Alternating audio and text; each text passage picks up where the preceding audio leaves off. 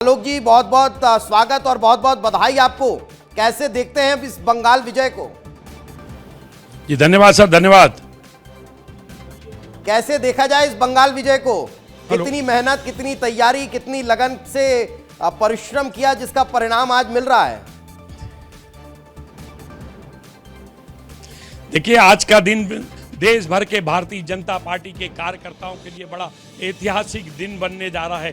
आज का दिन हम जैसे कार्यकर्ताओं के लिए बड़ा खुशी का दिन है कि हमने एक दिन सोचा था कि एक दिन ऐसा भी आएगा कि पश्चिम बंगाल के अंदर कमल खिलेगा। आज मैं पश्चिम बंगाल की जनता को दिल की गहराइयों से बहुत बहुत धन्यवाद देना चाहता हूं कि पश्चिम बंगाल की जनता ने ये स्पष्ट रूप से ये भारतीय जनता पार्टी को जनादेश देकर देश को अंदर ये संदेश दिया है कि अब इस देश के अंदर भ्रष्टाचार की राजनीति नहीं चलेगी, इस देश के अंदर अराजकता की राजनीति नहीं चलेगी, इस देश के अंदर तुष्टीकरण की राजनीति नहीं चलेगी। पश्चिम बंगाल के अंदर जिस प्रकार से सनातन संस्कृति के ऊपर पश्चिम बंगाल की तृणमूल कांग्रेस की जो मुख्यमंत्री थी वो जिस प्रकार से दीदी अब शब्द बोलती थी कि एक वर्ग विशेष समुदाय को अगर मैं इशारा कर दूं तो पूरा सनातन साफ हो जाएगा, आज उसका जवाब पश्चिम बंगाल कांग्रेस कह रही है। आलोक जी, कांग्रेस कह रही है कि धन बल और बाहुबल से ये चुनाव आपने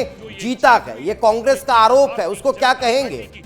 नीति और सिद्धांतों की जीत है। ये जीत देश के यशस्वी प्रधानमंत्री आदरणीय नरेंद्र मोदी जी की सरकार की नीतियों की जीत है। ये जीत हमारे देश के गृह मंत्री आदरणीय अमित शाह की रणनीति की जीत है। ये जीत भारतीय जनता पार्टी के राष्ट्रीय अध्यक्ष आलोक जी, अगर मेरी आवाज आप सुन पा रहे हैं, मेरी आवाज अगर आप सुन पा रहे हैं, तो कांग्रेस कह रही है कि सेंट्रल फोर्सेस की ताकत के आधार पर यह चुनाव भारतीय जनता पार्टी जीतती हुई नजर आई है। हम जैसा कार्यकर्ता बहुत से आज हमें याद आते हैं डॉक्टर श्यामा प्रसाद मुखर्जी, आज याद आते हैं मुझे नानाजी देशमुख, आज मुझे याद आते हैं सुंदर सिंह जी भंडारी, आज मुझे याद आते हैं पितृ पुरुष भारतीय जनता पार्टी के श्रद्धेय कुशाभाऊ जी ठाकरे, जिन्होंने इस देश के अंदर पश्चिम बंगाल के लिए डॉक्टर श्यामा प्रसाद मुखर्जी के साथ कंधे से कंधा मिलाकर काम किया। और जनसंघ की जो यात्रा प्रारंभ हुई थी, आज 77 साल के बाद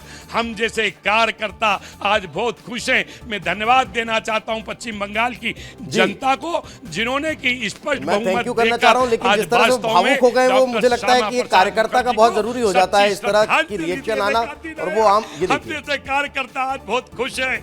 आज हमको ऐतिहासिक दिन है जिस राष्ट्रवाद की विचारधारा के लिए कि देश में एक देश के अंदर दो विधान, दो निशान, दो प्रधान नहीं चलेंगे, उस काम को आज करके किसी ने दिखाया है तो प्रधानमंत्री नरेंद्र मोदी जी की सरकार ने, आदरणीय अमित शाह जी की हमारी सरकार ने करके दिखाया है। आज वास्तव में हम सभी राष्ट्रभक्त भारतीय जनता पार्टी के कार्यकर्ता, हमारे जनसंघ के संस्थापक, हमारे आधार स्तंभ।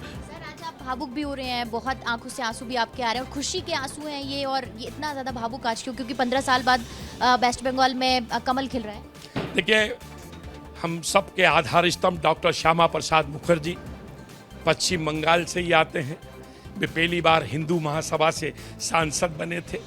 पंडित जवाहरलाल नेहरू के मंत्रिमंडल में सभी राष्ट्रीय दलों को शामिल किया गया था। उसमें उद्योग, खाद्य नागरिक आपूर्ति मंत्री बने थे। और जिस प्रकार के कांग्रेस और पंडित जवाहरलाल नेहरू की सरकार ने उस समय तुष्टीकरण की नीति अपनाई तो उन्होंने एक देश में दो निशान, दो विधान, दो प्रधान को लेकर इस्तीफा दे दिया था, जिसके लिए एक बड़ी लंबी लड़ाई लड़ी। और इसके बाद वे हमारे 1 मई 1951 का वो ऐतिहासिक दिन मुझे शुरू हो गया है लगातार। कार्यकर्ता खुशी है, मुझे तो मालूम नहीं था, मैं तो सीधे यहाँ। चलिए रंजना, आप बात करते रहिए आलोक शर्मा से, लेकिन कहीं ना कहीं एक कार्यकर्ता का इस बड़ी जीत के बाद भावुक होना यह दर्शा रहा है कि बहुत मेहनत भारतीय जनता पार्टी के नेता और कार्यकर्ता इस बंगाल विजय के लिए करते हुए नजर आए।